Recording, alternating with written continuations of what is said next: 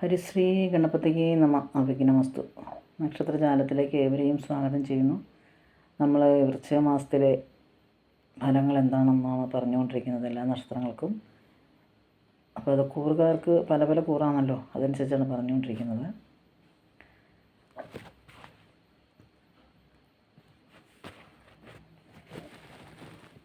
മിഥുനക്കൂറുകാരായ തിരുവാതിര, പുണർതം, മകയിരം ആദ്യ പകുതി. അതായത് മകയിലും കുറച്ച് കൊണ്ട് തിരുവാതിരയും പുണർതം, ഈ 3 നാളുകാരുടെയാണ് ഇപ്പോൾ പറയുന്നത്. സാമ്പത്തിക കാര്യങ്ങളിൽ അധികമായിട്ടുള്ള ശ്രദ്ധ വെച്ച് പുലർത്തുക. അതായത് സാമ്പത്തിക ഇടപാടുകൾ, പണമിടപാടുകളിലൊക്കെ ശ്രദ്ധിക്കണം എന്നർത്ഥം. കാലാവസ്ഥാജന്യ രോഗ സാധ്യതയുണ്ട്. അതായത് നമ്മുടെ കാലാവസ്ഥയൊക്കെ മാറിക്കൊണ്ടിരിക്കുകയാണല്ലോ, അതനുസരിച്ച് അസുഖങ്ങൾ വരാൻ സാധ്യതയുണ്ടെന്നുള്ളതാണ്. സഹപ്രവർത്തകർ നിമിത്തമായി മനോവിഷമം ഉണ്ടാകുന്നു. നമ്മുടെ കൂടെ ജോലി ചെയ്യുന്നവർ, അവരുമായിട്ടുള്ള മനോവിഷമം ഉണ്ടാകും എന്നുള്ളതാണ് പറയുന്നത്. ഭാര്യാഭർത്തൃ ബന്ധത്തിൽ പ്രശ്നങ്ങൾ ഉണ്ടാകുന്നു. ഭാര്യയും ദാമ്പത്യ ജീവിതത്തിൽ ചില പ്രശ്നങ്ങളൊക്കെ ഉണ്ടാകും എന്നുള്ളതാണ്. ധനപരമായ വിഷമതകളുണ്ടാകും, അതായത് സാമ്പത്തികപരമായിട്ടുള്ള വിഷമതകൾ ഉണ്ടാകും. സുഹൃത്തുക്കളുമായി ഒത്തുചേർന്ന് ചെയ്യുന്ന പ്രവർത്തനങ്ങളിൽ നിന്ന് പ്രശ്നങ്ങളുണ്ടാകാം. കൂട്ട് കച്ചവടം, നമ്മൾ ഒന്നിച്ചൊക്കെ ചെയ്യുന്ന കാര്യങ്ങളൊക്കെ ഇല്ലേ, എന്ത് പ്രവർത്തനം ചെയ്താലും അതിൽ ചെറിയ പ്രശ്നങ്ങൾ ഉണ്ടാകുന്നതായിട്ട് കാണുന്നുണ്ട്.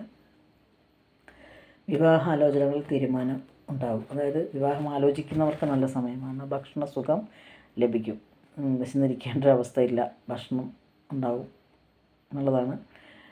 മുൻപിൻ ചിന്തിക്കാതെ പ്രവർത്തിക്കും. അതായത് ഒരു കാര്യം ചെയ്യുന്നതിന് മുന്നേ ചിന്തിക്കില്ല, അങ്ങനെ ഒരിക്കലും ചെയ്യരുത്. മുൻപിൻ ചിന്തിക്കാതെ ഒരു കാര്യവും ചെയ്യരുത്. സുഹൃത്തുക്കളുടെ പെരുമാറ്റം അനുകൂലമായിരിക്കില്ല. തൊഴിൽ രംഗത്ത് മടുപ്പേറിയ അനുഭവങ്ങളുണ്ടാകും. അതായത് ജോലിസ്ഥലത്തൊക്കെ നമുക്ക് മാനസികമായിട്ട് ചെറിയ പ്രശ്നങ്ങൾ ഉണ്ടാകും. ബന്ധുക്കളുമായി അഭിപ്രായ ഭിന്നത ഉടലെടുക്കും. ബന്ധുക്കളോടൊക്കെ ഇടപെടുന്നതൊക്കെ സൂക്ഷിക്കുക. സന്താനങ്ങൾക്ക് അനുകൂല നല്ലൊരു സമയമാണിപ്പോൾ. അവർക്കുണ്ടാകുന്ന ദുരിതത്തിൽ നിന്നൊക്കെ ശമനം ഉണ്ടാകും. അവർക്ക് മുൻകാല നിക്ഷേപങ്ങളിൽ നിന്ന് നേട്ടം ഉണ്ടാകും. മുൻപ് നിക്ഷേപിച്ചിട്ടുണ്ടെങ്കിൽ അതിനൊക്കെ നേട്ടം ഉണ്ടാകുന്നൊരു സമയമാണിപ്പോൾ. സർക്കാർ ആനുകൂല്യം പ്രതീക്ഷിക്കാം. ദോഷശമനത്തിനും ഗുണവർദ്ധനവിനുമായി ഹനുമത് ഭജനം നടത്തുക. ഹനുമാനെ ഭജിക്കുന്നത് നല്ലതാണ്. ജന്മനാളിൽ ഹനുമാൻ സ്വാമിയെ വണങ്ങി അവൽ നിവേദ്യം നടത്തുന്നത് നല്ലതായിരിക്കും. അപ്പോൾ പഴുത്തു തുടങ്ങിയ ഞാലിപ്പൂവൻ കായ നിവേദിക്കുക ഹനുമാന്. വീട്ടിൽ രാമായണത്തിൽ സുന്ദരകാന്ഡം നിത്യേന പാരായണം ചെയ്യുന്നത് നന്നായിരിക്കും. അപ്പോൾ ഇതൊക്കെയാണ് ഇപ്പോൾ മിഥുനക്കൂറുകാർക്ക് ഈ ഒരു മാസം കാണുന്നത്. ഈ 3 നാളുകാർക്ക് ഇതൊക്കെയാണ് കാണുന്നത്. അപ്പോൾ ആദ്യമായിട്ട് ചാനൽ കാണുന്നുണ്ടെങ്കിൽ സബ്സ്ക്രൈബ് ചെയ്തേക്കുക. പുതിയ വീഡിയോസൊക്കെ നോട്ടിഫിക്കേഷനായിട്ട് ലഭിക്കുന്നതിന് വേണ്ടിയിട്ടാണ്. മറ്റൊരു വീഡിയോയുമായി കാണുന്നവരെല്ലാവർക്കും നന്ദി.